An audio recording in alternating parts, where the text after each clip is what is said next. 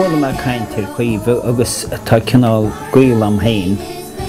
lena mamó agus bhí me hirig an ócáid a bhí hirtí Cholmcille na hána agus bhí me smaoinú cechaí a dheoch muid cúpla píine le túirte mar tá san ar fad an costas atá orb agus bhí me teachnar sa gáir na hána agus chuimle mersa agus tháinig a corfuil an go déas agus súpan am hain díana me Litir mar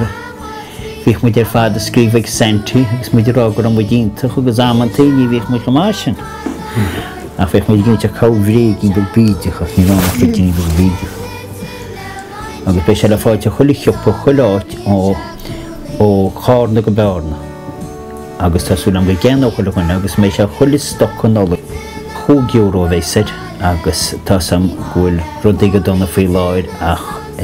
siúráid a beimid ná €20 agus bei chuile gasúra dhéire agus is cuma cean gasúra hain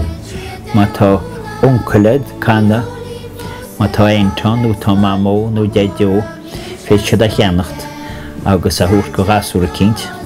tá neart a go bán cin se má go chearléinas go cheáin agus le chuna dé déanamid go maithaid